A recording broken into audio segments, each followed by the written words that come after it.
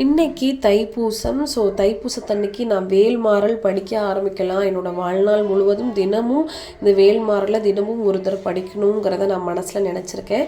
இந்த வேல்மாறலை படிக்கிறதுக்குன்னு ஒரு முறை இருக்குது. ஸோ முதல்ல பார்த்திங்கன்னா வேலும் மயிலும் சேவலும் துணை அப்படிங்கிறத முதல்ல ஒரு 6 தடவை நம்ம சொல்லணும். அதுக்கப்புறம் வேல்மாறல் மகாமந்திரம் மொத்தம் 64 இருக்குது. ஸோ இந்த 64யுமே நம்ம சரிவர தெளிவாக படிக்கணும். படிக்கிறதுக்கு முன்னாடி ஒரு தடவை நல்லா தீர வாசித்து வச்சுக்கோங்க. அது மட்டும் இல்லாமல் இதில் முக்கியமாக என்ன ஆகும் அப்படின்னா, படிக்கிற மந்திரங்கள் திரும்ப திரும்ப மேலும் கீழும் இருக்கும். முக்கியமாக அந்த முதல் 4 வரிகள் இருக்குது பார்த்தீங்களா?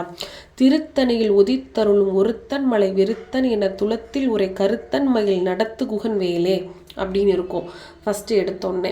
ஸோ அந்த 4 வரிகளை நம்ம தொடர்ச்சியாக படிக்கிற மாதிரி இருக்கும். அடுத்து நான் இந்த 108 போற்றிகள் சொல்ல போகிறேன். இந்த 108 போற்றிகளில் விநாயகருக்கு, முருகருக்கு, சிவபெருமானுக்கு இன்றைக்கி இது 3ஐயும் நான் சொல்லி கவர் பண்ண போகிறேன். ஸோ உங்கள் வீட்லேயும் நீங்கள் சிம்பிளாக இந்த மாதிரி வேல் வரைஞ்சி முருகனுடைய படமும் விநாயகர் படமும் வச்சு பூ போட்டு இந்த 108 போற்றிகள் போட்டு பூவையும் போட்டு இன்றைக்கி படிக்க ஆரம்பிங்க. நினச்ச எல்லா காரியங்களும் நடக்கும். எல்லா வேண்டுதலும் முருகர் நிறைவேற்றி வைப்பார்.